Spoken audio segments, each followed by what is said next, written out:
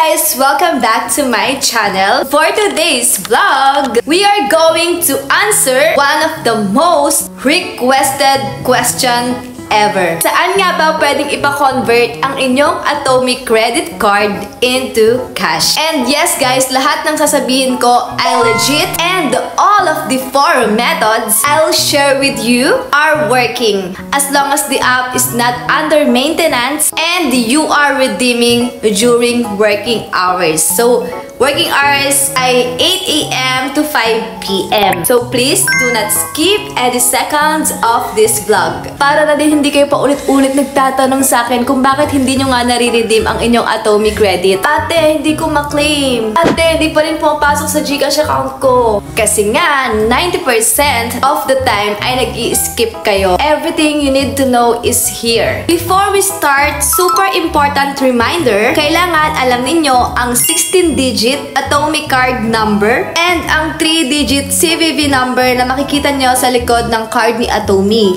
At kung wala ka pang ang card ni Atomy, ganito lang ang gagawin mo. Ang kailangan mo lang gawin ay i-open nga ang iyong Atomy at pindutin mo yung card. Next naman ay pindutin mo lang itong View CVV and Settings. Then, i-click mo nga itong parang pilik mata. Open mo lang yan. Then, your password. Tapos nga ay lalabas na ang iyong card info. Yung 16 digits mo at saka yung 3 digits CVV. Bali, in-off ko lang ulit yung pilik mata kaya hindi nyo siya nakikita.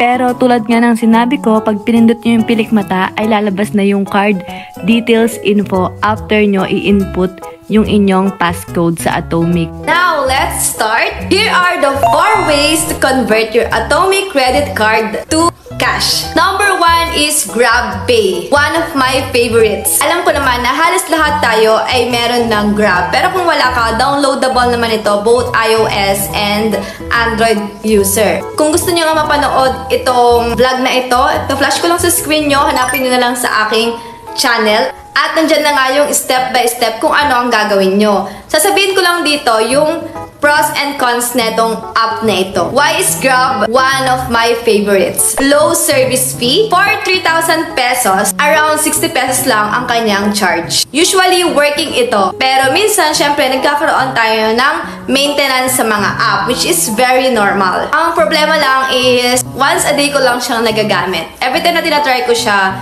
na-try ako ng pangalawang beses, ay nag-error na siya or unsuccessful nga yung nangyayari. Working hours to gumagana, pero minsan, nag-try ako ng 12 a.m. to 2 a.m. gumagana pa rin siya.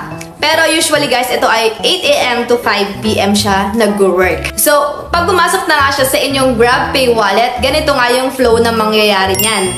Atomy to GrabPay, to your GCash or bank, and then pwede mo na siyang ma-cash out or ma-withdraw. Ito nga yung vlog na yun, ha? Panoorin nyo na lang dyan. Please, huwag kayong mag-i-skip para hindi nga paulit-ulit. Method number 2. Atomy to Lazada via ShareTreats. So, ito nga pala yung itsura ni ShareTreats. Sobrang legit neto. At kung gusto nyo mapanood yung aking full vlog, ito yon. At i-follow nyo nga ang kanyang step-by-step kung paano nyo nga ma-redeem ang inyong Atomy credit sa cash. These methods works all the time. As long as susundin nyo yung aking guide. Cons, medyo mahaba yung proseso and medyo mataas yung kanyang transaction fee, which is yung 1,000 pesos ay 90 pesos agad. Pwede kayo mag-transact dito kahit ilan pa yung gusto nyo as long as 8 a.m. to 8 p.m. Ganun yung experience ko dito. Ilang beses ko na to na-try personally. Method number 3. Atomy to Lazada e-gift away. Send to your email, then to GCash. Mahaba din yung proseso nito, like method number 2. Pero guaranteed na papasok ito sa inyong account kapag tama ang inyong email address,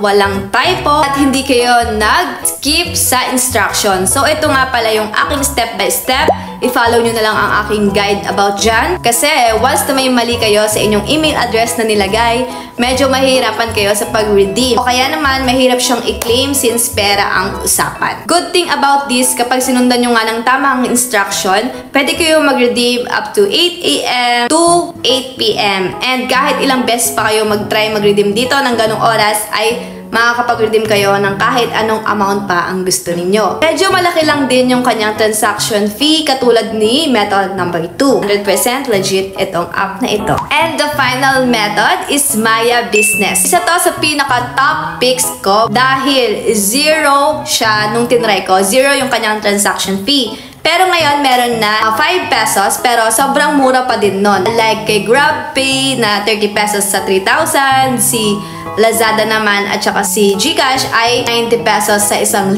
Dito kay Maya Business ay 5 pesos lang kahit magkano. Again, depende pa rin to ha. Anytime po nagbabago yung app, no? Dito kay Maya, mabilis ang proseso. Pwede mag-transact ng paulit-ulit. Tested and working. At ito yung vlog ko about this app. Panoorin nyo na lang.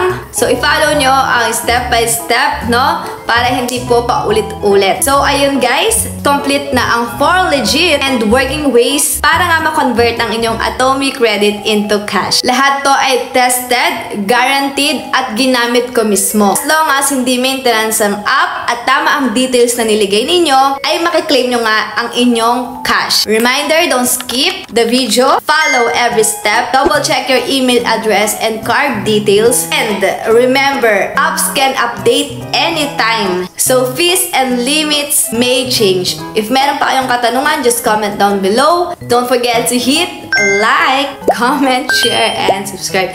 Thank you guys for watching. God bless us all.